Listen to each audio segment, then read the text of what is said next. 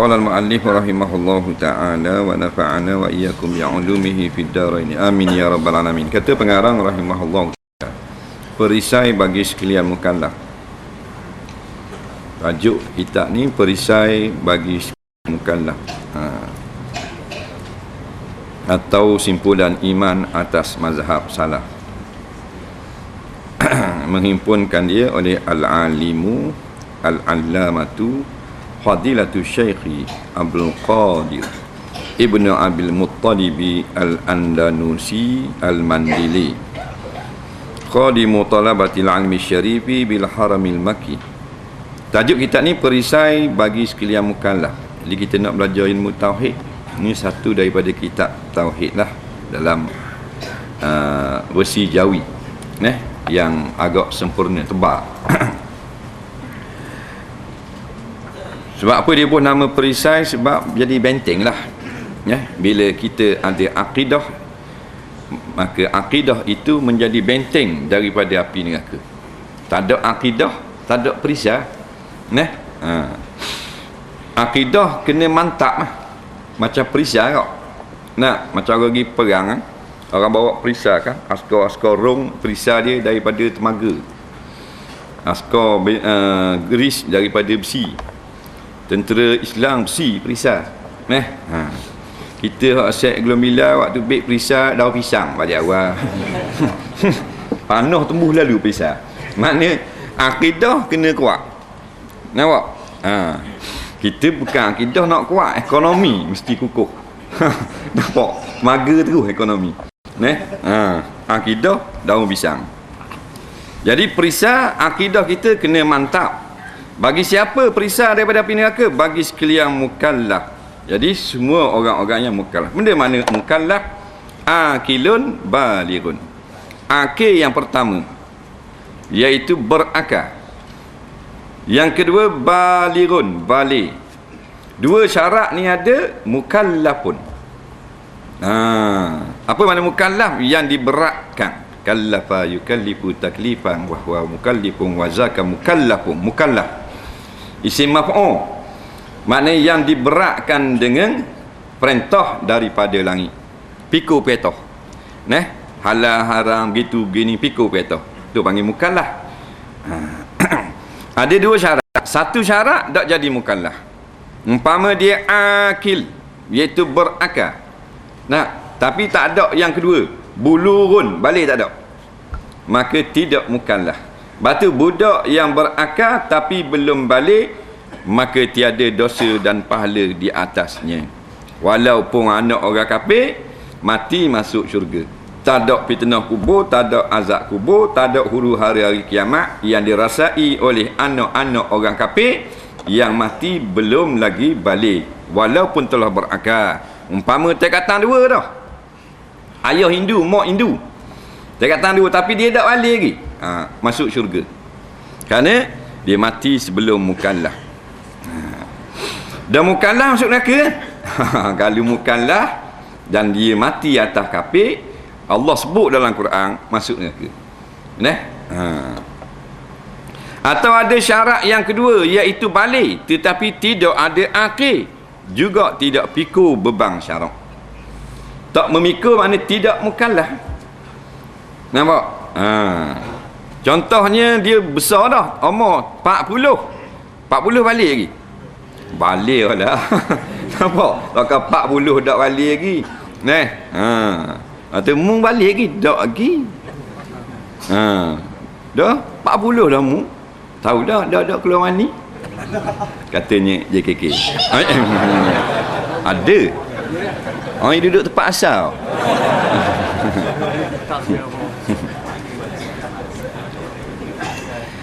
Pak 40 keluar mani, tak keluar mani, balik. Nampak? Tapi tidak mukallaf kadang-kadang 40 apa? Tak ada syarat yang pertama, akal tak ada. Gila? Ataupun penyakit daripada budak-budak, Down syndrome, tidak sempurna akal. Penyakit macam-macam lagi lah.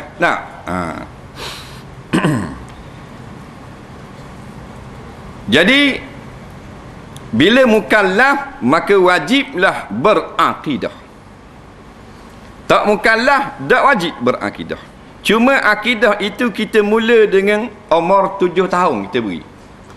Sebagai tarbiyah. Nampak? Padahal budak 7 tahun tak wajib. Nampak? Belajar ilmu akidah. Tapi kita beri dia akidah. Nampak? Sebagai tarbiyah. Sebagai latihan buat dia. Mudah-mudahan dia menjelang balik, maka dia telah menjadi orang yang faham tentang akidah dan i'tiqad. Atau juga dinamakan kitab ini simpulan imam atas mazhab salaf. Simpulan ni maknanya akidah. Bahasa Arab je akidah tu. Bahasa Melayu simpulan. Daripada perkataan aqdun, ain qaf dal, maknanya sipu. Tu orang akad jual beli tu orang sipu tu. Sipu tu ikat. Budak-budak dia pakai kasut ada tali. Kalau dia sipu, maka selamat. Kalau tak sipu tali tu, rebah jirit dia orang tali. Sembang muka dia. Maka akad nikah, ikat tak? Nampak? Jusuh dengan jenak. Dia akad nikah, aku nikah akan dikau. Nampak? Hei jusuh umpamanya. Dengan si jenak, mas kahwinnya RM18 hutang. Nampak? Jusuh jawab, aku terimalah nikahnya. Jawab bila sah, maka jusuh dengan jenak telah diikat. Arab panggil akdum. Nampak? Kita panggil sipu.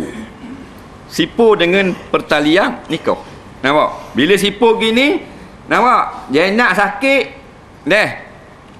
jusuh kena buat pergi klinik. Faham? Dia gitu. Dia sipu dah. Itu tak ada ikatan ni. Gitu juga dengan simpulan imam. Akidah mana simpulan. Jadi kita belajar apa yang datang kepada kita daripada Allah, daripada Rasul. Allah khabar, Allah tu wahid, Allah tu berkuasa, Allah itulah yang segala-galanya. Nabi pula mengajar kepada kita, Allah yang menurunkan penyakit, dia yang beri sembuh, obat tak boleh sembuh, doktor balik awak terus. Nampak?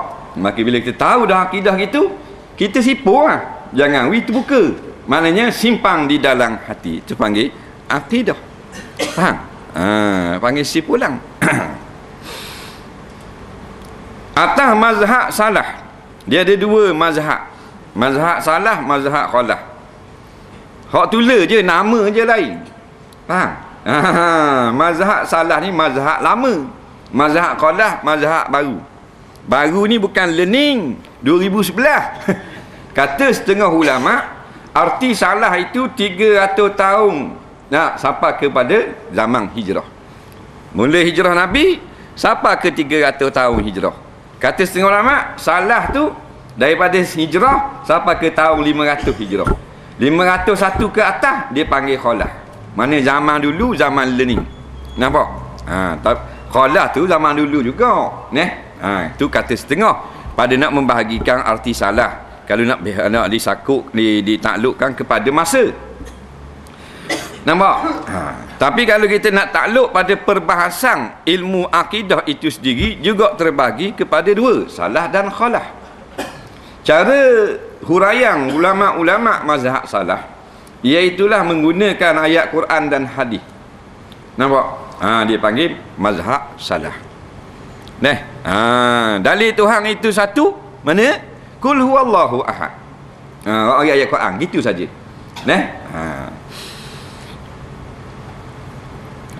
Dia ada satu lagi panggil mazhab khalah. Orang duk ngaji sifat 20. Mana dalil Tuhan itu satu, dah kali dua, acur langit bumi. Berebut Tuhan, hak ni nak buat bulan-bulan, ni nak buat bulan 4 semegi. Faham? Dah bila nak siap bulan, dah ni ada molek-molek adik menunjukkan Tuhan itu satu, tidak berbilang. Dia menggunakan akal. Dua-dua jalan ni molek belaka asal balah. Ini dia Yahudi cari jalan supaya balah. Salah dengan khalah. Ini cari lubang kat mana boleh teruk. Jadi orang ngaji salah kata ke set ngaji khalah. Duk kutuk set sifat 20. Set ngaji sifat 20 kutuk set salah. Dia kata sesaklah Wahabi macam-macam. Wahabi lain, faham? Cara perbahasan supaya kita dapat mengenali atau memahami akidah. Cara salama dia panggil cara salah, cara kediang dipanggil cara kholah. Faham ke? Yang bala yang kita nak susah dia ngaji cara salah. Biar lah. Asal betul akidah dia. Kok salah pula duk susah. Biar dia ngaji cara kholah. Dia nak berakidah. Susah ni. Yang kita susah tu dak ngaji akidah tu. Hak tu kita susah. Faham tak? Betul. Dak ngaji dak pada cari pakai ketara, pakai mampu. Dak tahu benda. Pagi turun masuk jabat petang balik. Orang ngajar akidah, ngajar tauhid, salah kholah, tak ada bermuka dia. Hak tu baru kita susah. Nyanyi kat gigi mahal tanah. Tak? Wa ma i'tiqaduka? Jawab. Nampak? BN i'tiqadku.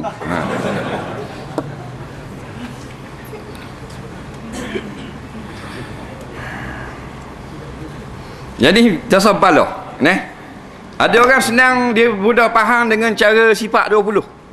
Mengenai Allah dengan sifat wujud, qidam, baqa, tasabalah. Boleh comel nak suruh faham. Ada orang dia lebih senang dengan cara salah, dengan cara baca ayat Quran terus. Kemudian ditafsirkan sesuai dengan akidah yang dikendaki daripada maksud ayat. Comel belaka dah. Nak comel lagi, dua-dua ngaji belaka. Salah ngaji, kholah pun ngaji juga. Cuma setengah-setengah daripada orang yang sebenarnya dia bukan cara salah, tapi dia mendakwakan diri dia salah, membawa macam-macam waham kepada masyarakat dan perbalahan. Itu dak molek. Sesat masalah. Menghimpunkan dia kan kitab ini bukan turun berdebak gitu.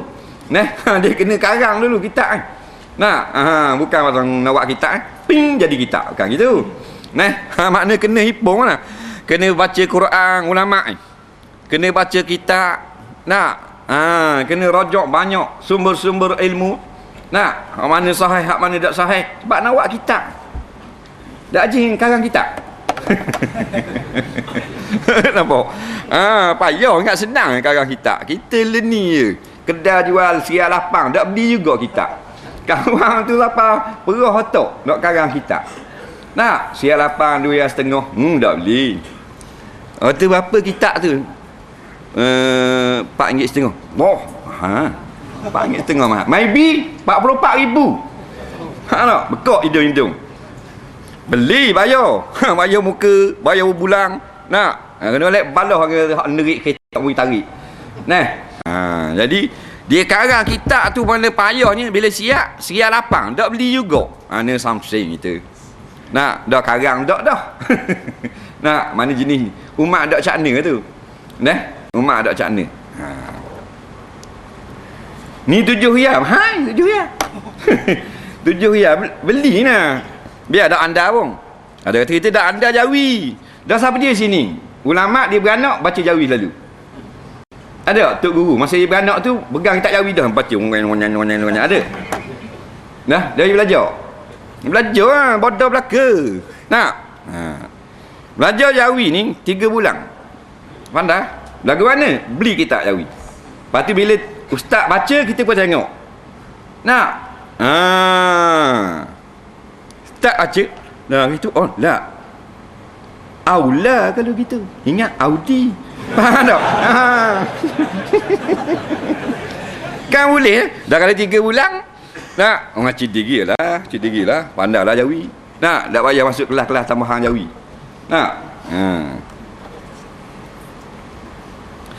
dia kata orang anda yang heran orang putih tu apa jadi panda nampak?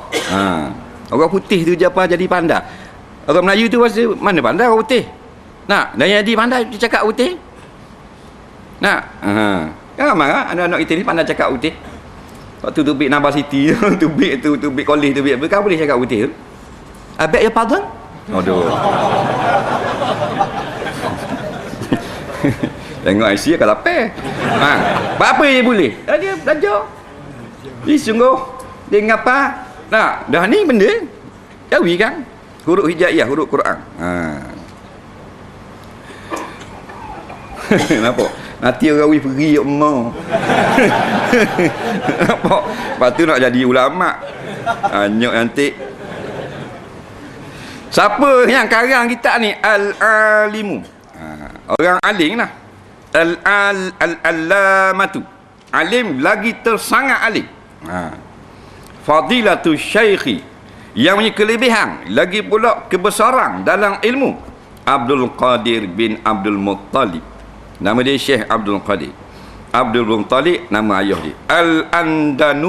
Al-Andunisi, orang asal Indonesia di negeri Mandil. Orang panggil Syekh Abdul Qadir Al-Mandili. Orang Mandil. Kecil-kecil tu dia ambil oleh ulama letak Mekah dah. Nampak? Tadikan Mekah. Siapa dah dia? Nampak? Berpuluh-puluh tahun baru balik mengajar di Indonesia. Khadimu talabatil ilmi syarih. Dia menjadi khadam bagi segala penuntut ilmu yang mulia bil haramil Makki, di negeri Mekah. Al-Makki gelarang dia. Orang panggil Al-Makki. Al-Makki maknanya orang yang lama duduk di Mekah. Setengah ulama kata bila kita duduk 10 tahun dan ke atas di negeri Mekah, maka nama kita buku belakang boleh letak Al-Makki. Kita duduk 10 tahun di negeri Yaman, tak kira duduk 10 tahun tu mengaji ke, ataupun maknanya duduk Bama Linu ke, atau kerja Gaus Ming Linu, tapi 10 tahun duduk di Yaman. Bila kita balik ke Malaysia, kita boleh guna nama Al-Yamani di belakang. Kata setengah pendapat, faham? Setengah pendapat kata tak, 30 tahun dapat dah ambil 10, tak apa dah. Ni kadang-kadang kita pergi 2 minggu balik Al-Yamani. Pergi 2 minggu Mekah balik Al-Makki. Jadi tak apa sedap lah. Jadi komang sepanar gitu.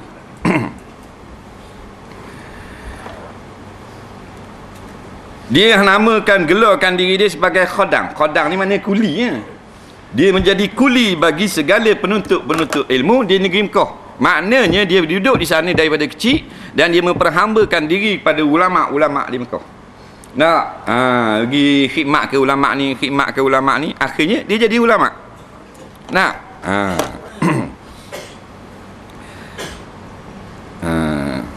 Lepas tu tambih ke benda. Mu tengok kat ni luar ni, tajuk ni. Apa kita tengok dalam. Luar ni baca luar dah gaduh masuk dalam tu. Tu yang kata. Tu. Mana nak banding kita dengan ulama? Tak, orang tengok dalam, orang luar kita bahas dalam tu.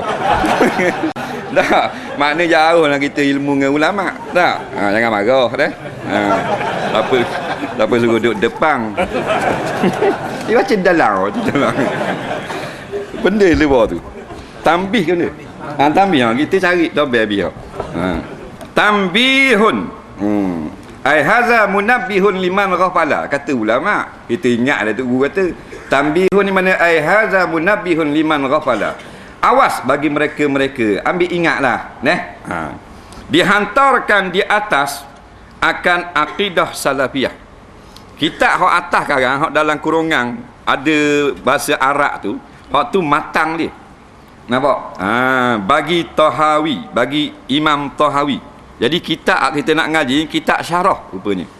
Matang dia tu matan akidah Tahawi, orang panggil. Akidah Tahawiyah, popular lah. Jadi disyarahkan oleh ulama-ulama berpuluh-puluh kitab. Di antaranya kitab Jawi, Perisai Mukallaf. Hak banyaknya kitab Arab lah. Dan mengiringi akan dia lepas bawah pada matang tu terjemahan bagi akidah salafiyah. Maka syarahnya, maka kemudian daripada terjemah, itu makna maka. Iaitu syarahnya huraian. Huraian ni yang kita nak ngaji yang tebal ni. Iaitu kitab Perisai ni. Kitab ni kalau kita ngaji seminggu sekali tak lama, dalam masa 11 tahun habis.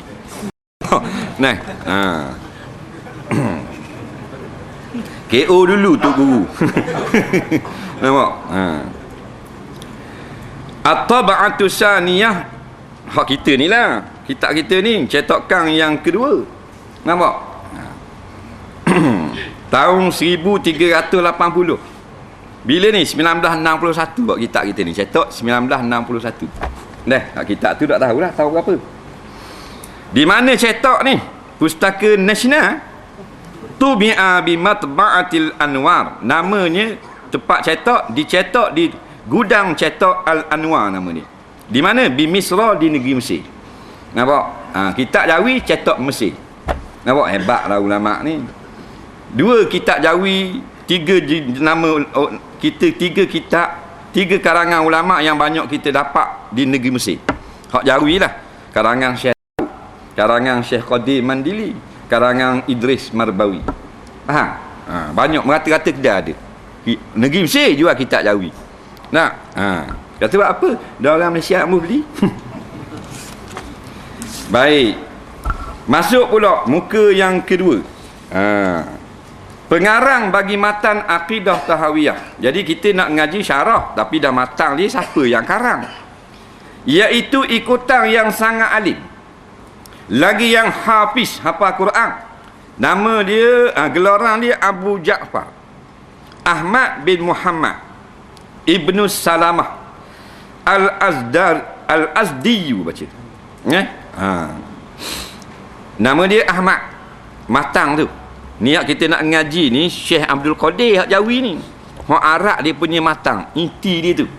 Nah, hak tu imam besar lah, ulama tersohor, namanya Imam Ahmad bin Muhammad Ibnu Salamah Al-Azdiyu Al-Misri, orang Mesir, At-Tahawi, kampung Taha, Al-Hanafi, mazhab Hanafi. Tapi ini bukan kitab fiqh, kitab tauhid. Faham tak? Kitab fiqh kita ngaji fiqh Syafi'i lah. Cuma dia dalam ilmu fiqh dia ikut mazhab Hanafi. Faham? Dalam akidah kita boleh ikut lah. Diperanakkan dia di kampung Taha. Jadi orang panggil kampung orang Tahawi. Kampung Taha, Tahawi. Macam negeri Fatan. Negeri Fatan ni, negeri Fatani. Ubuh ya belakang, ya nisbah. Macam kita negeri Malaysia ni boleh buat. Malaysia Melazi baca. Lazi. Z tu maknanya nisbah negeri orang Malay.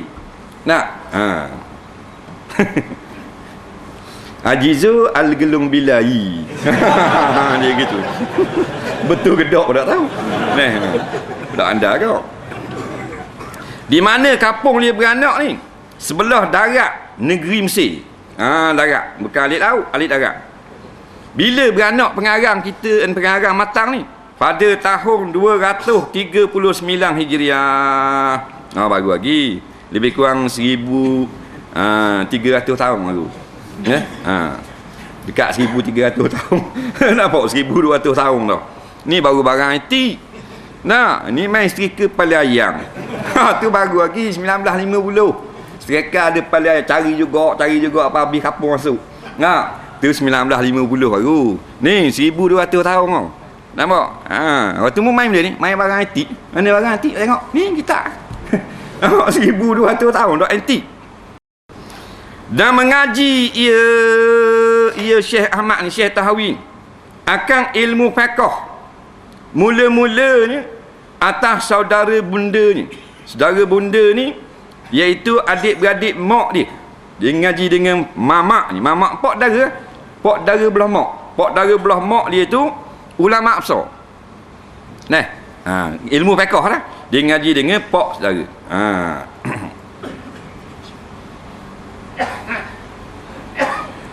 Siapa pak dara dia?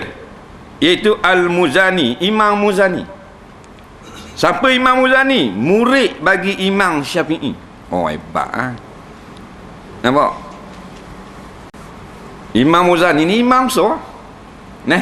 Murid Imam Syafi'i. Dua orang nama Muzani, anak murid dia. Jadi ulama besar. Tak, karang kitab, ratus kitab karang. Ni Tok Guru so Imam Syafi'i. Hebat. Dah ngaji dengan murid Imam Syafi'i, gagah lalu. Tak.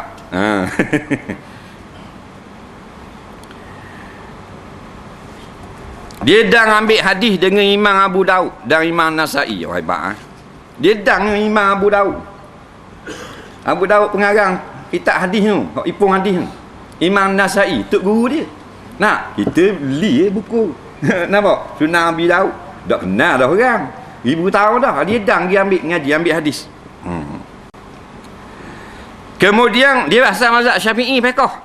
Kemudian berpindah ia Imam Tahawi kepada mazhab Hanafi.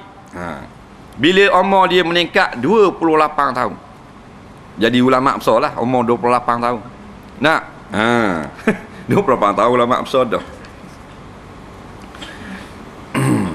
Hingga jadi ia ketua bagi sekalian pengikut Imam Abu Hanifah di Mesir. Dia menjadi ulama besar mazhab Hanafi di Mesir. Imam Hanafi di Iraq. Nampak? Imam Hanafi dia tak dang. Kerana Imam Syafi'i lahir, Imam Hanafi wafat pada masa yang sama. Faham?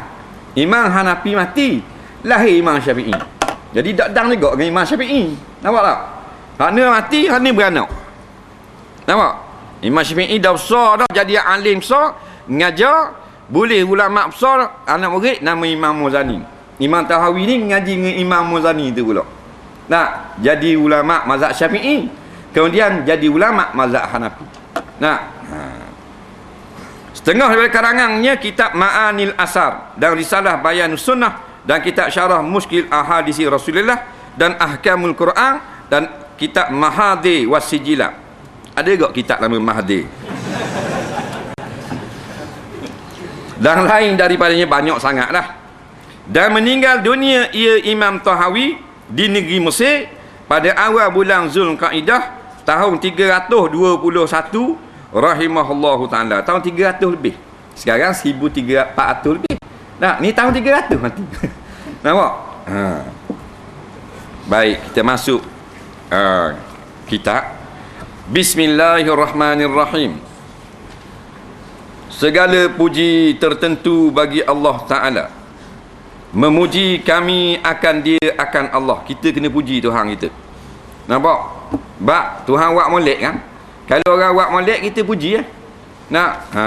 Anak kita pandai lokis bunga. Dia tu pandai adik. Pandai adik tu memuji ya. Mana menyebabkan perkara yang jadi gemar orang yang mendengar dengan sebab perbuatan atau sifatnya yang baik. Itu panggil memuji. Dah. Kena puji Allah. Comel Allah, cung Allah, lawa Allah ni kita tak puji manusia. Nah. Kenapa kita tak memuji Allah? Pasal jasa terlampau banyak jadi kita lupa. Nah, orang yang jasa sikit kita ingat. Dia gitulah. Member bayar roti canai kali tu apa 14 tahun ingat lagi. Mak kita beranak kita dah ingat dah. Boleh dah makan gaji tak pernah balik mak. Boleh bini baru gigi jongan. Tak. Tak. Tak apa ingat mak. Tak apa. Tu pasal mak banyak angkat jasa. Nah, jadi mudah lupa. Melayu mudah lupa. Dan memohonkan oleh kami kita ni lah daripada Allah akan pertolongan dan ampun. Ni mukaddimah kita yang gaduh nak ngaji. Tuhan tak tanya khatam ke tak? Ngaji ke tak? Ngaji tak apa. Nak, tak faham tak apa asal ngaji. Ni tak mari. Tak. Orang duk tengok kita, dia tengok otorita. Bodoh ke apa? Dia tu peting nak dia, peting otorita. Mu dan menteri apa? Nak tengok otorita. Nampak?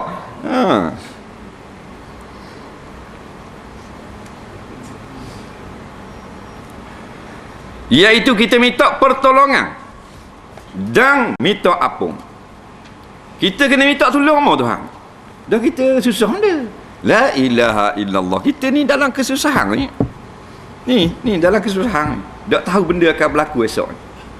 Nah, minta tolong Tuhan lah. Kan kita patut Tuhan wajib baca surah Fatihah.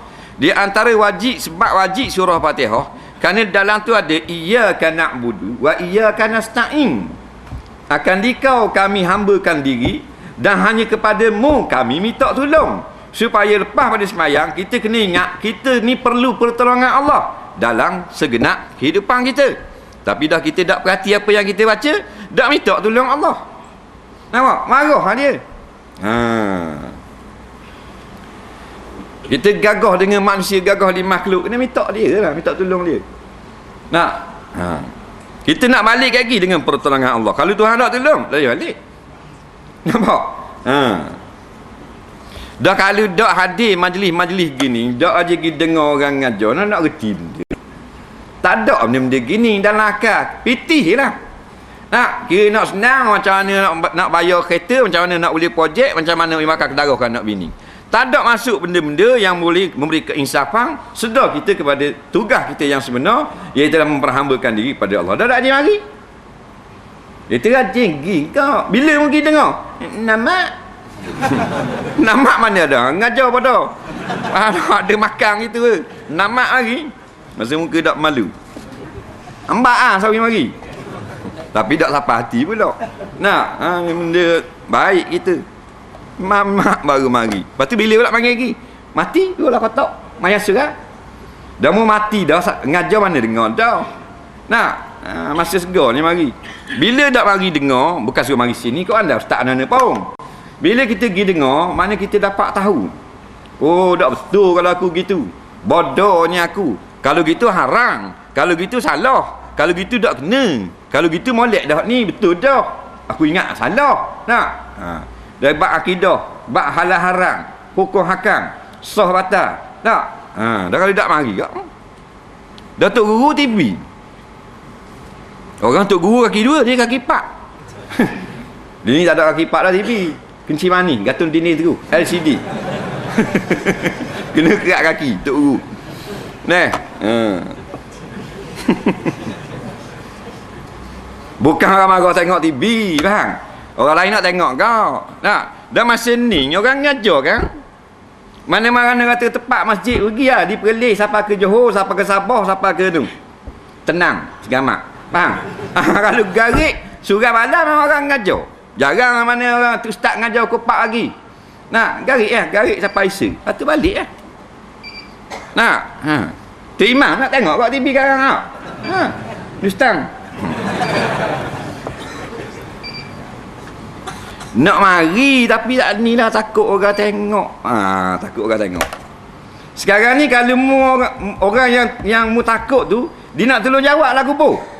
Ni akidah ni. Nampak?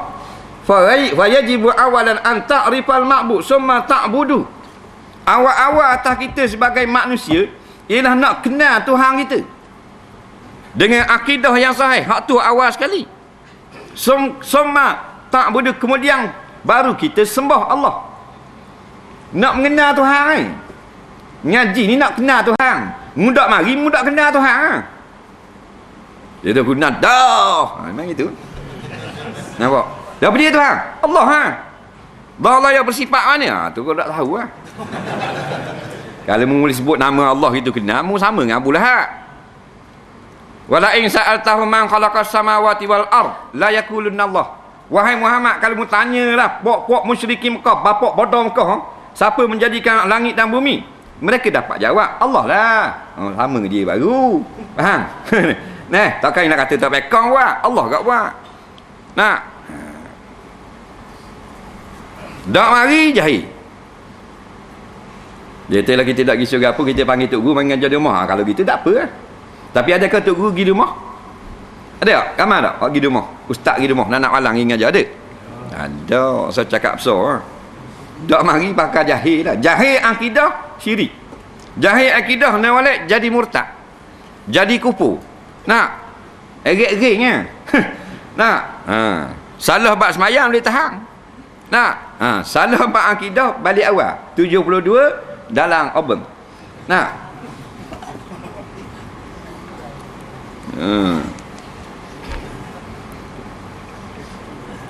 Ulama kata fa kaita ta'budu man la ta'rif.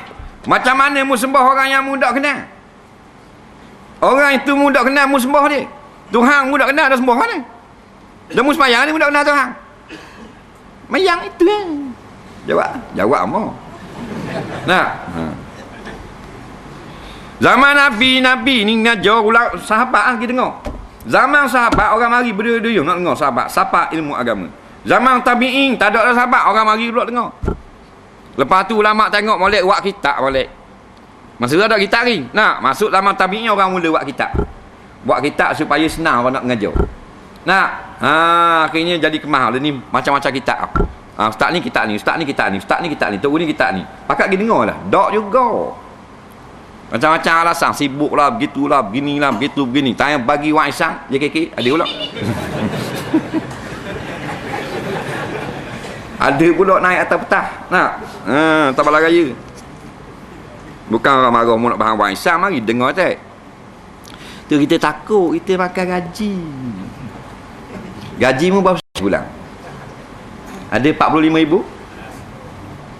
Tak lah pagi tu. Ada 1,500. Cik, 1,500 mu takut apa? Tak. Tak orang jual jeput order semalam boleh 4,000 sebulan. Tak. Jeput order berhudang lu, berhudang. Nampak? Boleh 4,000, 3,000 dah sebulan. Mu 1,500 tu sayang ah. Nak. Ada orang kena berhenti kerja, kena buang kerja. Pasal ginada kita ada. Ada dia sendiri berhenti. Ha.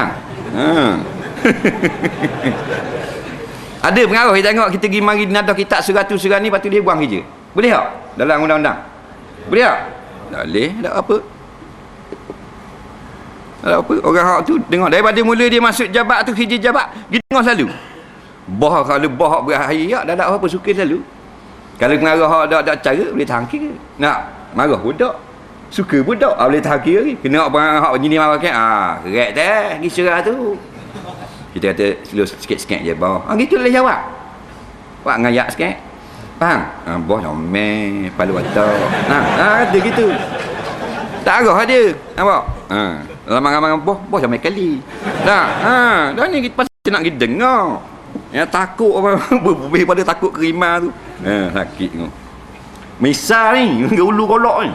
Tapi takut kita dengar surah apa? Takut orang tengok. Dia tengok apa?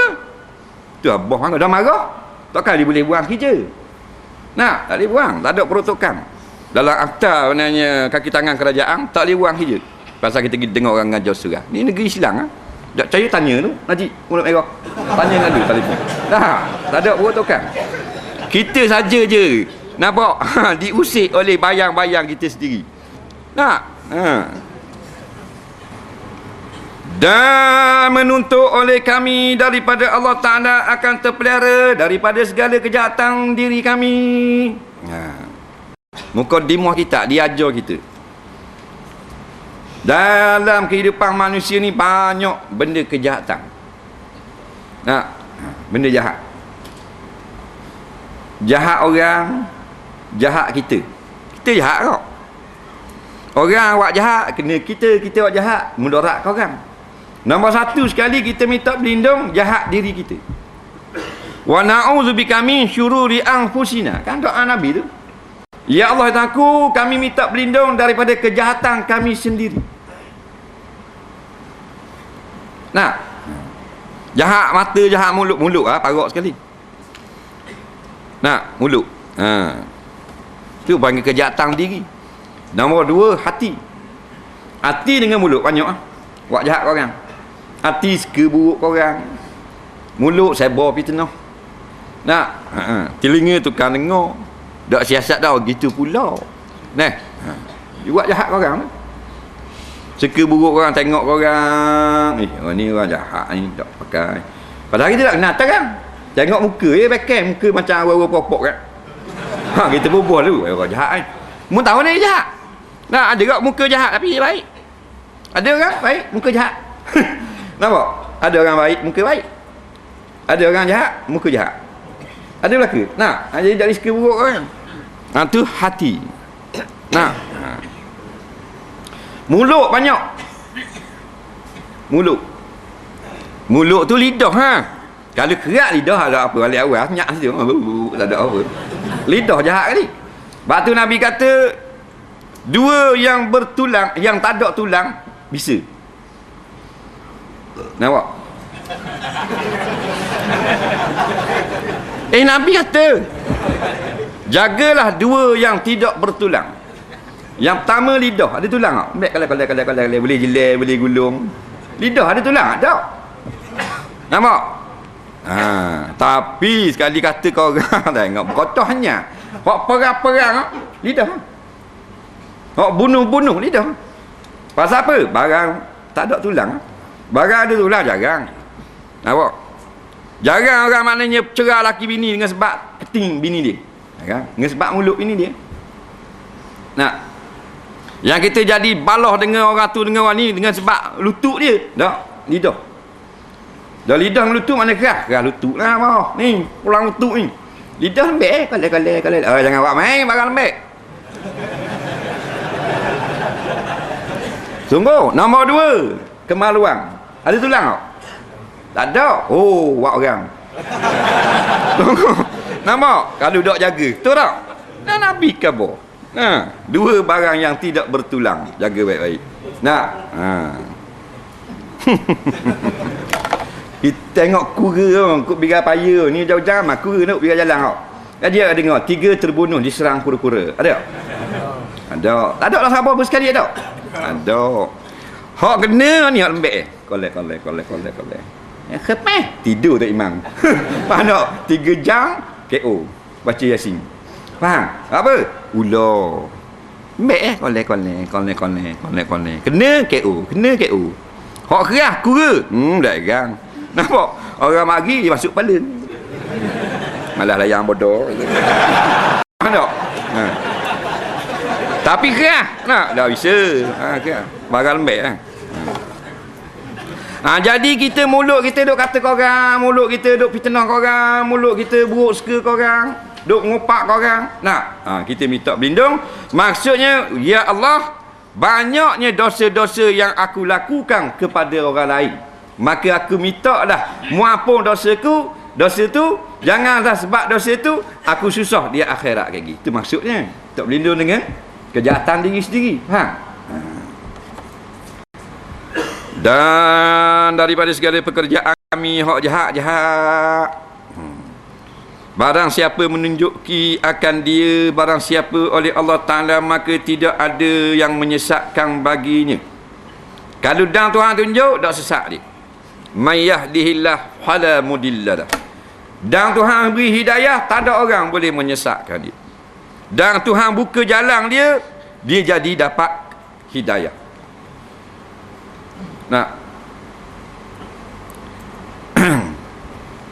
Satu keluarga 3 orang je duduk di Kanada Utara, Alaska, dekat sepadang Alaska. Tak ada pendakwah, tak ada orang Islam pergi kawasan dia. Mana jauh di utara Kanada, dekat sepadang Alaska. Pokok-pokok pine saja situ dengan salji. Allah beri mimpi, beri hidayah, masuk Islam, convert 3 orang. Dak cakap nak anak beranak, dak cakap nak camping, suruh masuk Kristian mula. Dak lah ni. Fala mudillalah. Nak apa? Pasal Tuhan kandak dah. Mana ada orang pergi ngajar pasal minum. Dan barang siapa menyesatkan ya Allah akan iakan orang, maka tidak ada yang menunjukkan baginya bagi orang itu. Dan jadi sesat, dak akak nak tunjuk, dak pakar kau. Dak ikut. Walaupun duduk biras surah, dak mayang. Dah habis kan surah Allahu Akbar. Tu masuk waktu sembahyang. Dak sembahyang dia. Dak puasa dia. Duduk negeri orang Islam. Kita khabar gini. Dah Quran mau jawab itu. Sebab apa? Ni inna syakiya fil azal. Kerana dia ditakdirkan daripada azali lagi bila lahir ke dunia menjadi orang yang celaka. Nampak? Ulama ialah orang. Orang balik dengar kat tok guru dia tu, balik kat orang sesat tu. Padahal dia sesat dah, anak beranak iblis. Orang balik dengar tok guru dia kata balik kat orang sesat. Tok guru sesat ke dia sesat? Ciadu muka tok guru muka dia. Macam siwah muka. Tapi dah tak sedar. Maknanya dah Tuhan sesatkan dia dah. Berapa Tuhan sesat? Tuhan zalim. Sebab hati. Hati tak mau kepada orang. Bila hati tak mau kepada orang, Allah tutup hati. Bila tutup hati, maknanya Allah menyesatkan dia daripada dia sendiri. Tak ada orang yang nak hidayah. Orang putih, orang Jerman, orang Jepun, dia cari agama yang sebenar, Tuhan tak beri dia. Tak ada. Kalau dia cari agama yang sebenar, akhirnya masuk Islam. Faham lagi?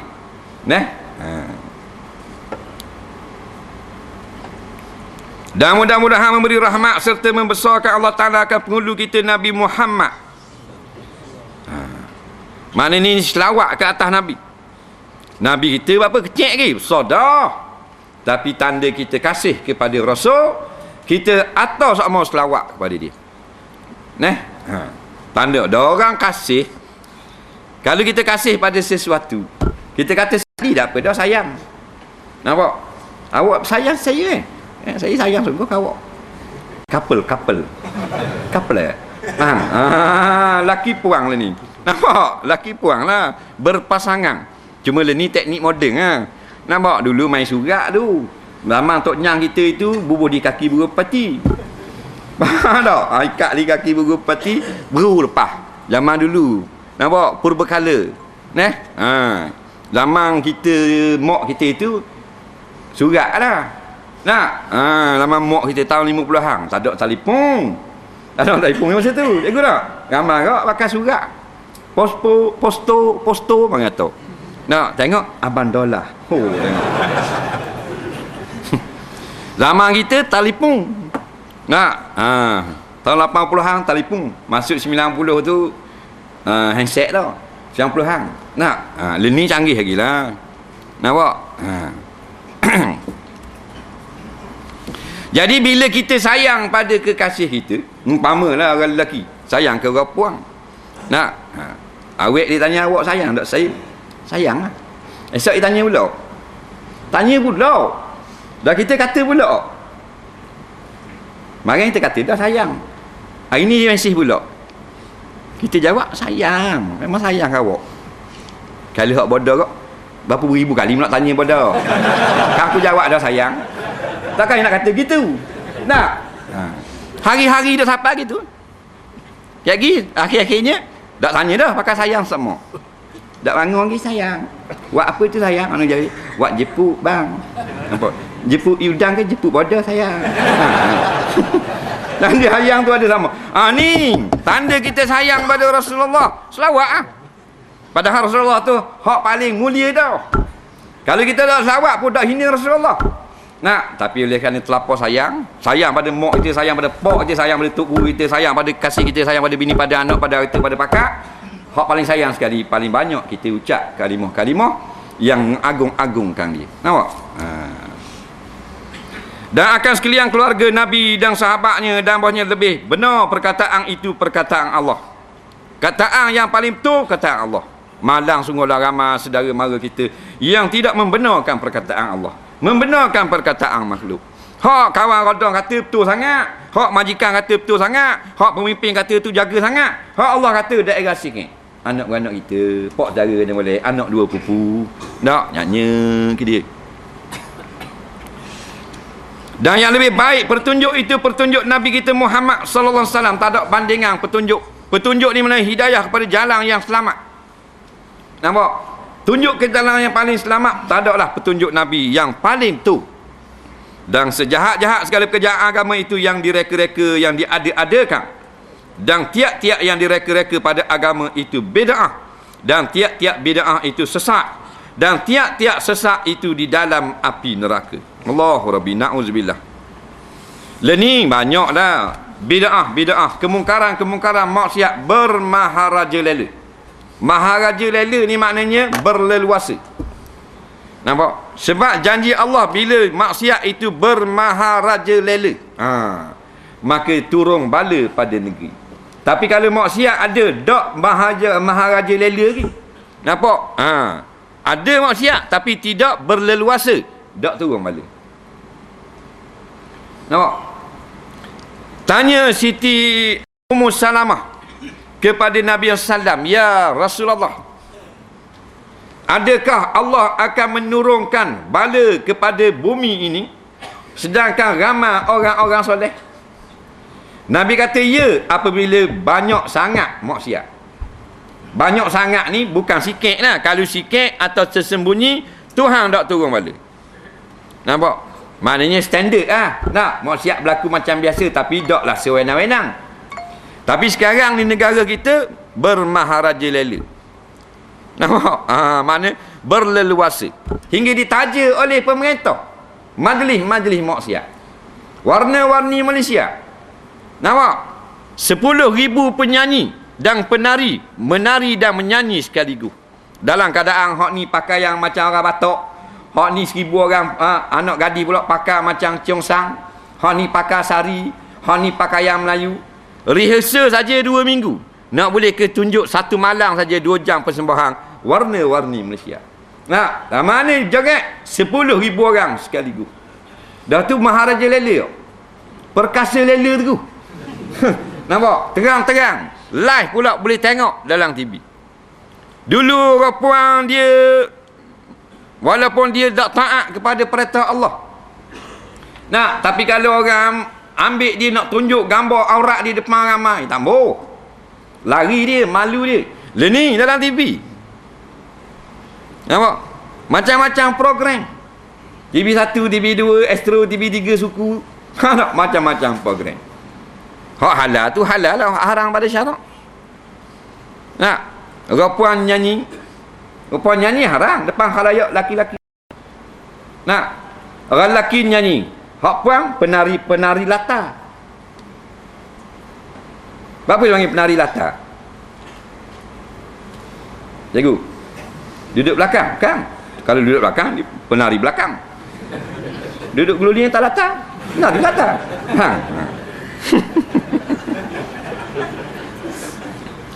Dah bila nari tu takkan nak pakai kana jibat labuh atau pakai budah. Nak pakai kain skirt ikut atas orang suruh Pakai baju tali saja, hak nampak tiar, hak nampak lapuk, hak nampak belakang, hak nampak punggung, hak luar ketak, hak punging. Siapa taja? Badi belawang, TV3 waktu big gini, joget sejam setengah. TV2 dah, kita ada sejam 45. Nampak? TV1 marah selalu 2 jam bersama. Tak? Joget hanya. Buat wasiat tu supaya orang laki-laki tengok, nak jadi dosa matanya. Dibayar pula menggunakan wang rakyat. Allah joget depan orang ramai tak malu. Pakai pakaian nampak aurat. Nak? Kalau orang ambil gambar malu. Nak? Walaupun tutup aurat kita malu. Kita mandi dalam bilik air pakai kain sahang. Nak? Kain sahang sekat pinggang ni. Siapa kat lutu? Kain sahang. Mandi yang sabun-sabun. Orang pun mari ambil gambar. Tak. Malu tak? Dengan sabun ni. Bodoh tu. Nampak tak? Padahal tak nampak aurat. Tapi dah ni teruk pada tu lagi. Siap ada spotlight tau.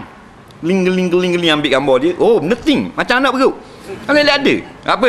Dia telah diajar supaya jangan malu pada sesiapa pun. Kerana hidup hanya sekali. Masa ni kita nak enjoy. Nak? Ni menteri ni tukang gunting bank. Ni menteri ni rasmi. Ni bini menteri rasmi. Benda tu haram belaka di sisi syarak. Tu maknanya maksiat yang bermaharaja lela tu. Berleluasa. Kalau takak bawa orang puan nesu duduk bawah pokoknya, nak kakak cabut sekor litah, kakak cabut sekor litah. Tu dak bermaharaja lela. Tu tak turun bala lagi. Dosa atas dia seorang, learning turun bala dah. Dia tak ada bala, ada gunung berapi, ada gempa bumi, ada banjir besar, ada ribut taupang, ada.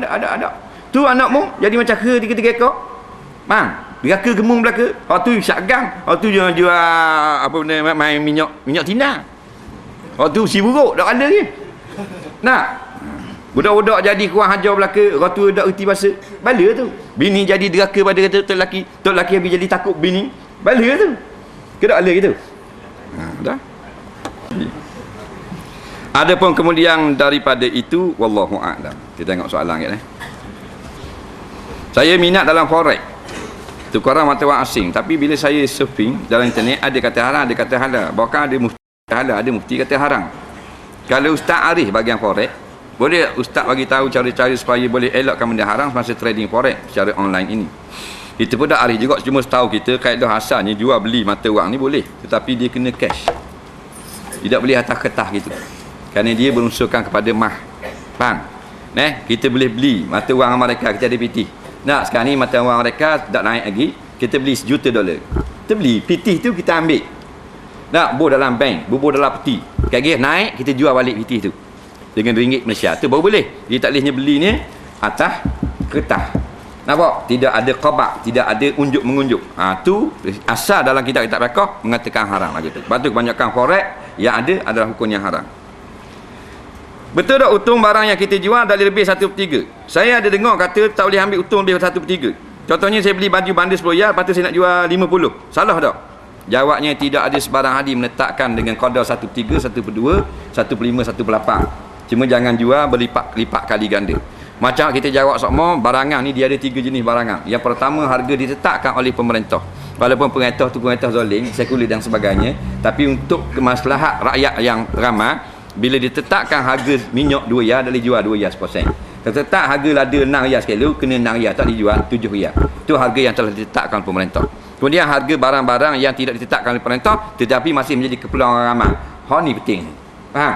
Ni jangan jual berlipat-lipat kali ganda. Lipat kali ganda ni setengah satu kaul dalam mazhab Maliki, jangan lebih pada 1/3. Umpama kalau kita jual beli RM1, jangan jual sampai 4 riyal. Jual 3 riyal saja. Mana untung 2 kali lipat.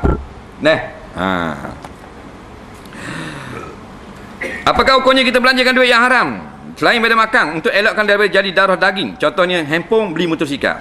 Duit haram, dia tak makan. Kalau makan jadi darah daging. Dia buat beli motor. Nampak? Jawab beli motor tu haram juga. Kerana kita muamalat dengan benda yang haram dan kita ambil manfaat dengan benda yang haram, maka dimurkai oleh Allah Subhanahu wa taala. Bila saya syahwat, keluar dari kemaluan saya cair yang warna putih berkilat-kilat. Adakah itu air mani atau air mazi? Adakah saya perlu mandi wajib? Dia tak tahu air benda tu baik kot dia. Sebab tu mari dengar untung. Tubik daripada diri dia tu, dia tak tahu air benda pun tak tahu. Dalam gitu pun ada juga orang kenang. Jawabnya, kalau dia keluar tu maknanya pada awal syahwat dan dia tu jernih, dan bila kita pegang dia licin, tu adalah air mazi. Hukumnya najis, wajib kena ambil wuduk kalau nak sembahyang. Air mani dia keluar klimaks, kemuncak daripada syahwat dan warnanya keruh bila kita rasa kasar. Nampak? Tu beza. Apakah maksud alaihi salatu wassalam? Maksudnya atas Nabi itu selawat dan keselamatan. Dan apakah maksud sallallahu alaihi wasallam? Allah Ta'ala, wahai Allah, berilah selawat dan keselamatan ke atasnya, iaitu atas Nabi. Apa maksud alaihi salam? Alaihi salam artinya atas Nabi itu keselamatan. Dan apa maksud insya-Allah? Maknanya jika Allah menghendaki, maka akan berlaku seperti yang kita rancang. Soalan seterusnya.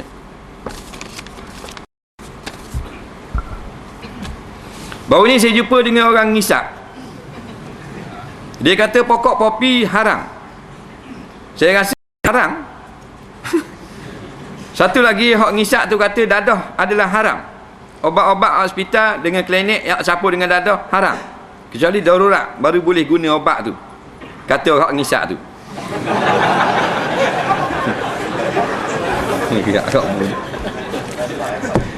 Jadi dia kata dadah tu haram tapi dia isap dadah. Yang pergi dengar layang dia buat apa?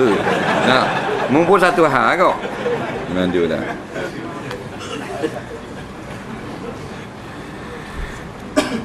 Ada lagu Inggeris yang makin diminati bertajuk Like Jesus.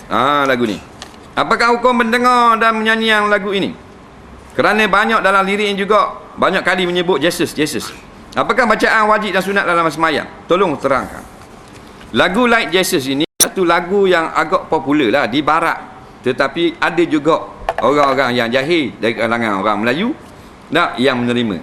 Nampak? Sebab tu kita kena tahu juga satu-satu lagu ni kita nak dengar. Zaman mak ayah kita itu duduk dengar ke Hindustan. Dalam lagu tu dia puja Tuhan dia. Mak kita tu ngiling pala sedap. Ayah kita meneleh dia lagu. Nampak? Tekan nyanyi Raj Kapoor punya pelakon. Mesti macam kokok nge sadaknya. Kadang-kadang dalam lirik tu puja Tok Pekong dia. Lagu Just Like Jesus ni haram didengar. Nampak? Dan haram diminati. Kerana Jesus itu asalnya maknanya panggilan orang Kristian kepada Nabi Isa yang mereka anggap sebagai Tuhan yang ketiga daripada 3 Tuhan. Allah, Tuhan besar, Siti Maryam, bini Tuhan, Nabi Isa, Jesus Christ. Nampak? Dan dia anggap kadang dia panggil Jesus ni lah, oh my God tu Jesus tu lah. Jadi dalam lirik ini, dalam lagu ni, atau lagu-lagu lain bila kata Jesus, nampak? Kebanyakannya haram dan syirik. Nampak? Sebab dia puja sebagai Tuhan. Jadi kalam, lirik-lirik ni kalam lah. Kalam. Dia ada 2, kalam nasar dan kalam syair. Lirik lagu termasuk bawah kalam syair. Maksudnya tulisan-tulisan yang indah mengikut bait-bait yang tertentu yang ada rentak yang bersesuaian dengan lagu. Tu makna syair. Jadi lirik ni masuk bawah lirik lagu ni. Dalam lirik-lirik kebanyakannya dia anggap sebagai God. God ni Tuhan. Jadi kalau kata Nabi Isa Tuhan, tu sesat. Dalam Quran, beberapa tempat dalam Quran, nampak? Menyebut kesesatan Nasara ni dengan sebab kata Nabi Isa tu Tuhan. Bacaan wajib dalam sembahyang, yang pertama takbir, yang kedua baca Fatihah, yang ketiga tahiyat akhir, yang keempat memberi salam. Hak tu wajib. Boleh tak setuh Al-Quran dengan memakai sarung tangan? Kata setengah ulama, setuh gitu boleh. Dia tak bolehnya pakai tangan akad, tak boleh. Akad Quran tak ada air sembahyang dengan sarung tangan, tak boleh. Boleh tak puasa gati hari Sabtu atau hari Ahad? 7 hari boleh berlaku kalau puasa gati. Boleh tak puasa qada atau puasa nazar hari yang diharamkan puasa? Kalau hari haram puasa takkan boleh. Semua dia tak boleh berlaku. Iaitu pada hari Syak, 2 hari raya dan hari Tasyrik. Hari ini hari yang diharamkan puasa walaupun qada. Kalau tahun itu bulan Syakban 29 hari, ada 29 Syakban itu dikira hari Syak. Bukan hari Syak maknanya hari 29. Hari Syak maknanya hari yang ke-30. Tetapi kemarin berlaku khilaf di kalangan yang melihat anak bulan. Ada kata nampak, ada kata tak nampak. Ataupun yang nampak anak bulan, orang tak sampai, tak kurang dari syarat-syarat saksi. Nampak? Maka dia kata nampak. Tapi nama mereka benar nak cek. Dia kata nampak. Hak mufti pula tak nampak. Seperang 1.8 juta tak nampak kau. Hak nampak 3 orang. Seorang main nombor ekor, seorang jaga jet duduk lengang, seorang duduk minum obat batuk. Tiga-tiga ni kata nampak. Dia panggil hari sok esok. Faham? Kerana orang yang melihat, dia kurang dari syarat-syarat sah menjadi saksi. Faham? Wajib orang kafir tutup aurat bila masuk dalam masjid ataupun surau. Kalau Islam macam mana pula? Jawabnya tidak diwajibkan kita menutup aurat bila masuk di dalam surau atau masjid. Dah benda hukumnya sunat sahaja. Yang wajib menutup aurat ni daripada mata manusia yang melihat. Aurat-aurat ni ma yajibu syatruhu anil ain. Makna aurat anggota yang wajib kita tutup daripada dilihat oleh mata. Dah kalau kita masuk dalam masjid tak ada orang, kita tak tutup aurat, ada mata tak tengok? Wajib tak tutup? Tak wajib ya. Sebab tu sunat tutup aurat ketika membaca Quran. Sunat tutup aurat masuk masjid. Maknanya ada ulama kata kalau dia telanjang dalam masjid pun tak haram kalau tak ada orang. Nak? Mari balik dari rumah. Tinggal bik pitih pula. Nampak? Jadi malah nak bakar dah tengah nak tidur lela. Jadi mari ngeluar lalang je tak bila. Mari ambil bik pitih tu bik mula. Ulama kata makruh sahaja. Sebab apa? Mukhalif bagi sunat, sunat itu makruh. Jadi sunat menutup aurat dalam masjid jika tidak ada mata yang melihat. Tahun lepas saya anjur satu pertandingan bola lah. Dan kenakan yuran dalam pertandingan tersebut untuk membayar padang dan membeli hadiah. Tapi masih ada lagi baki dari yuran tersebut. Saya nak buat guana duit yuran tersebut. Adakah saya kena minta halal semua pemain masa mereka bayar yuran? Takut ada lebih. Dan boleh tak duit itu saya sedekah ke masjid dan surau? Gini, bila kita buat satu pertandingan bola, dia pun kutip yuran 50 riyal satu pasukan atau 100 riyal satu pasukan. Duit tu dia buat beli hadiah, haram lah jadi judi. Tak boleh. Yuran tak boleh buat beli hadiah. Jadi pertandingan ni haram dah. Bila duit tu haram dah, macam mana nak sedekah ke surau masjid? Faham? Jadi jangan sedekah surau masjid. Duit haram tu gue beri kepada untuk maslahat orang awam. Nampak? Seperti buat jambatan, tambung pasir depan surau, itu boleh. Nak untuk guna manfaat dalam masjid tak boleh. Soalan seterusnya. Saya bayar zakat pada Maidan we balik 20%. Dan ditulis dalam satu sapu surat untuk fakir miskin saja. Boleh tak saya beri lain daripada fakir miskin ke terikat dengan kenyataan dalam surat itu? Jawabnya wajib beri pada fakir miskin saja. Kerana belum lagi beri pada fakir miskin. Nampak? Bila dikira-kira ada 5 asnaf, Maidan tolong bagi pada 4 asnaf, fakir miskin tak bagi lagi. Untuk kita sampaikan pada fakir miskin, kita kena beri kepada fakir miskin. Takut-takut nak ra'i hak nu tak ada lagi beri pada fakir miskin untuk asnaf yang lain. Faham? Jadi dia kata untuk fakir miskin saja, kita berilah atas fakir miskin saja. Adakah tak sah semayang pakai minyak rambut atau minyak wangi ada alkohol? Kalau tak sah, lah salat lepas-lepas nak buat guana pula. Kalau malah nak jawab dah kalau buat alkohol ni. Sekarang ini kebanyakan daripada alkohol yang ada pada minyak wangi dan pada minyak rambut ataupun alat-alat apa benda ni tubuh ni. Tak. Jawabnya adalah alkohol yang bukan daripada najis. Ini teknologi baru dah. Nampak?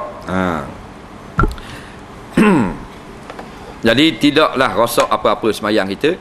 Nampak? Dengan sebab minyak rambut ada alkohol. Alkohol yang najis, alkohol dari berjenis etil yang dibanyakkan digunakan untuk membuat sekarang ni masih digunakan untuk membuat minuman keras. Faham? Alkohol yang diletakkan pada minyak rambut dan minyak wangi tak boleh buat minuman keras. Kalau minum mati. Nampak? Tak boleh. Sebab tu alkohol yang digunakan pada minyak rambut adalah alkohol daripada jenis yang suci. Saya ada hutang dengan seorang, belum sempat saya nak bayar, tuang dia mati.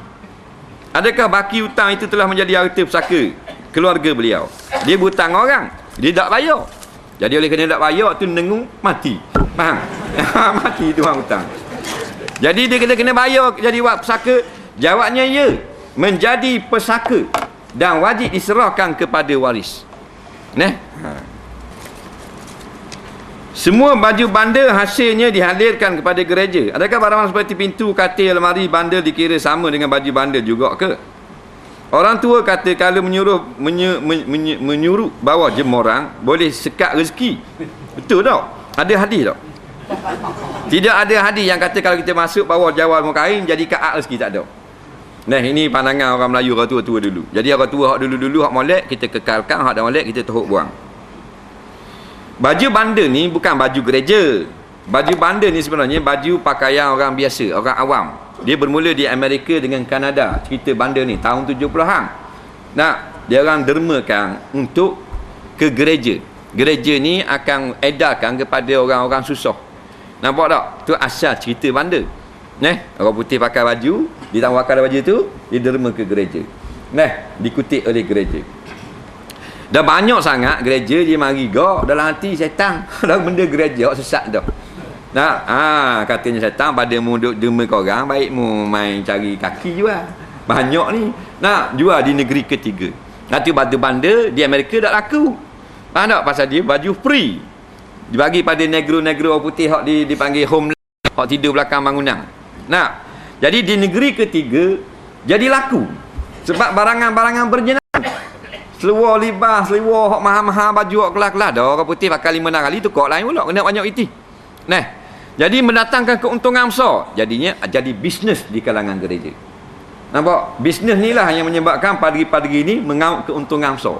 Jadi dia derma separuh, cengek ke belakang separuh. Dah padri, siap lebong tu. Nampak tak?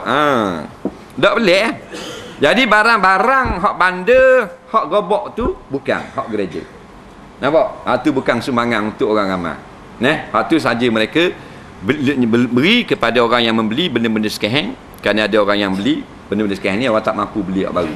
Bandar ni adalah hak gereja ni adalah bandar pakaian sahaja.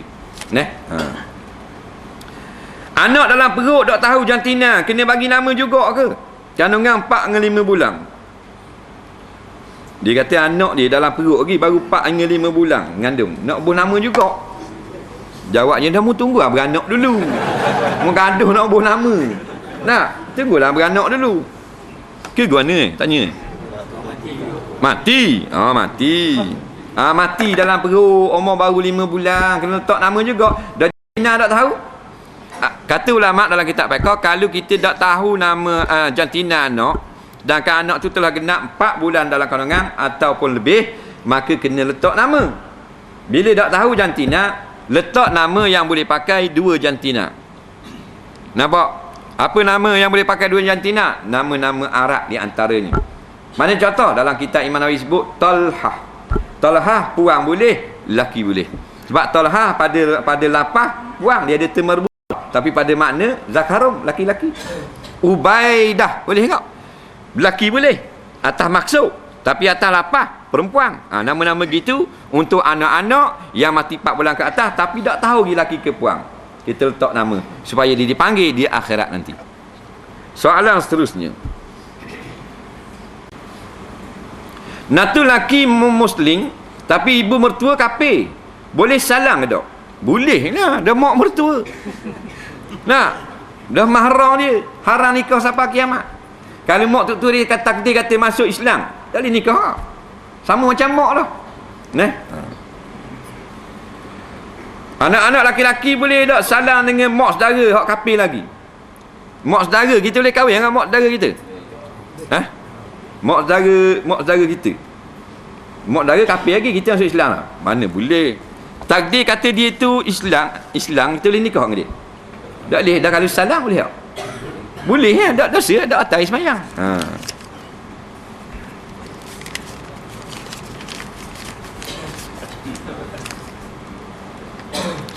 Bagaimana cara makmum masbuk semayang dalam semayang jenazah ketika itu? Imam berdoa dalam takbir ketiga. Nak buat ke mana kau? Dia mari lewat. Imam baca rakaat ketiga dah, doa mayat. Allah maghfir lahu warhamhu wa'afu anhu. Dia baru siapa? Allah Akbar. Baca Fatihah. Nah, kita baru takbir pertama baca Fatihah. Imam habis baca doa mayat, takbir yang keempat. Kita takbir kedua, baca selawat. Nah, imam salah, mu salah kau balik awal. Mu kena tambah dua lagi. Doa mayat dan takbir yang keempat. Beri penjelasan tentang lebih mendalam tentang hadis ini. Mudah-mudahan akan jadi penemang. Bila telah datang padamu seorang laki-laki yang kamu redha agama dia dan akhlaknya, datang meminang, kawinkan anakmu itu. Jika tidak berbuat demikian, nescaya akan berlaku fitnah dan kerosakan di atas muka bumi. Bagaimanakah tanda-tanda ciri-ciri laki-laki yang diredai agama dan akhlak? Adakah dia ini datang dari keluarga yang baik, keturunan baik, ataupun orang yang kerjayanya berjawatan dan berpangkat tinggi? Apakah fitnah dan kerosakan itu? Baik, satu hadis yang selalu kita baca. Nabi kata bila datang seorang laki-laki meminang anak kita, tapi kita telah redha agamanya baik, semayang, kita dengar, jaga akhlak mulia, maka wazawiju, Nabi kata kahwinkan dia yang ni dengan anakmu. Nampak? Maksudnya bila orang baik, tak, walaupun dia tu kita tengok tak senang, tak hebat, tak pakak tinggi, tapi agamanya kita redha, semayangnya cukup. Ada gak kita dengar walaupun tak tiap-tiap malam, seminggu 2 kali kita dengar orang ngajar. Mana orang kita melek agama. Nah, tiba-tiba orang molek agama gitu, kita tak kenang. Sebab apa? Bakar motor. Nak? Jangan basikal alik awal tu. Kalau basikal, mari minang tu pasal aceh. King. Mak tu be anak kenapa ah? Dan kita nak mari tengok anak kecil lah. Tengok bosman. Jadi kita kerana benda-benda baik daripada agama tak beri juga, maka takut dia ni kahwin dengan yang tidak beragama lagi. Dah kan molek dah orang molek mari. Dah takkan mari hak molek sama agama orang tengok anakmu. Dah hak molek ni agamamu tak kenal dah, mari hak tak molek agama. Bila tak molek pada agama, memberi fitnah tu. Mana fitnah? Tengok nikah kahwin ni. Tak beri nafkah, kekah bitih bini. Bang, kerja buat malah bini jual gitu gini, dia bagian joli. Esek 3 uti, kerja buat tak. Nak, jadi fitnah. Anak kena sepak terajang.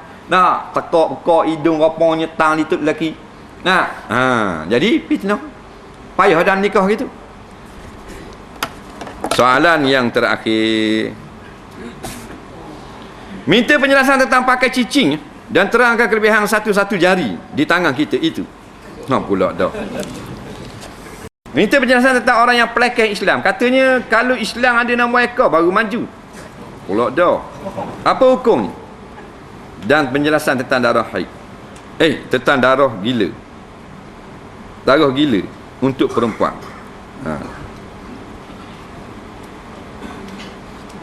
Cicing ni adalah zinah, perhiasan. Dia masuk zinah. Zinah ni perhiasan.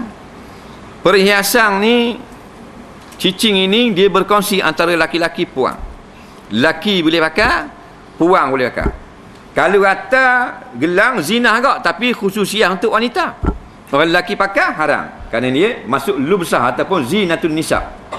Cicing dia istimewa sikit. Cicing orang lelaki boleh pakai, orang puang boleh pakai juga. Nak cicing. Cuma dalam hadis ada sebut, hadis riwayat Imam Tirmizi, hadis riwayat Baihaqi ada sebut. Faham? Nabi melarang memakai cincin pada jari tengah dan jari telunjuk. Nabi larang. Nampak? Dah ni tak larang, 3 ni. Jadi Nabi larang jari tengah, jari telunjuk. Nampak? Bila gitu ulama pun kata tidak boleh pakai cincin jari tengah, jari telunjuk. Nampak? Tengah mazhab kata haram larang ni, tengah mazhab kata makruh. Itu saja larangan. Hak tinggal 3 lagi jari. Nampak? Dah ada larang. Neh. Dalam hadis yang lain pula, umpama dalam hadis Muslim, hadis Tirmizi, Nabi pakai cicing pada jari manis dan jari kelingking. Ulama yang mensyarahkan hadis, maka boleh pakai pakai cicing jari manis dengan jari kelingking. Sama ada kiri ataupun kanan. Jari manis dengan jari kelingking. Nampak? Kemudian pula dalam kitabul libas, di antaranya seorang ulama yang termasyhur menyebut bahawasanya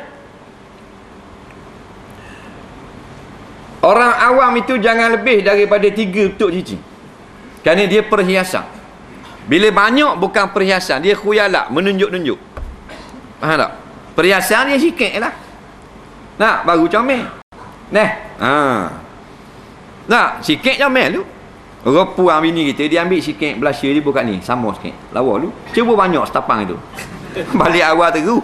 Nampak macam mau ke? Nah, jadi orang awam disebut situ jangan lebih pada 3. Dan orang alim, mufti, qadi, al-hafiz, tok guru jangan lebih pada 2. Jadi paling banyak sekali ulama kata boleh pakai 3 betuk cicing. Jadi pada jari ni 2 atau sini 3, atau sini 2, sini 1. Faham lagi? Kita orang awam. Ni apa penuh cicing. Kemudian pula tidak ada larangan pada jari ibu dalam hadis lah. Tak ada larang. Hak ni larang, hak ni suruh, hak ni tak ada larang. Tak ada larang kau ni pula, tak boleh pakai juga. Dah apa tak larang? Sebab memang pada akal kau ni. Larang apa dia? Dah tu pakai, tak apa sihat. Macam kecing diri, kecing duduk. Dua ni orang amal, kecing diri, kecing duduk. Maka Nabi kata kecing duduk. Wala tabu luqa'nya. Jangan kecing diri. Apa Nabi dah kata? Dan jangan kecing sambil melompat kaki ke atas. Pasal ada orang buat tau. Dah yang larang lah. Nampak? Tangan kanan, tangan kiri. Nabi kata tul biyaminik. Makan dengan tangan kanan. Wala takul bishimali. Jangan makan tangan kiri. Ada tak hadis kata jangan makan dengan kaki? Ada tak? Tak ada tak? Pasal apa Nabi tak larang makan dengan kaki? Pasal kalau orang yang makan dengan kaki tu orang tak sihat. Maka kita juga orang ubuh di ibu ni orang tak apa betul tau. Faham? Pasal dah modek sangat pada ubuh sini. Nak? Dia gitu. Itu jurang dia. Patut orang ni dia kata kalau Islam ada nama ekor molek. Nampak? Kalau Islam ada nama ekor molek. Disebut dalam kitab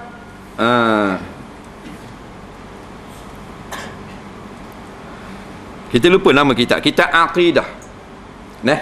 Barang siapa yang berkata andainya ada dibenarkan perkara yang haram nampak oleh Allah Ta'ala, maka hak tu molek. Jawabnya ada tafsir. Tengok perkara haram tu kalau hak dulu haram tak? Dia haram daripada dulu dah. Kalau daripada dulu dah haram, nampak? Jawabnya jadi kafir kalau dia kata gitu.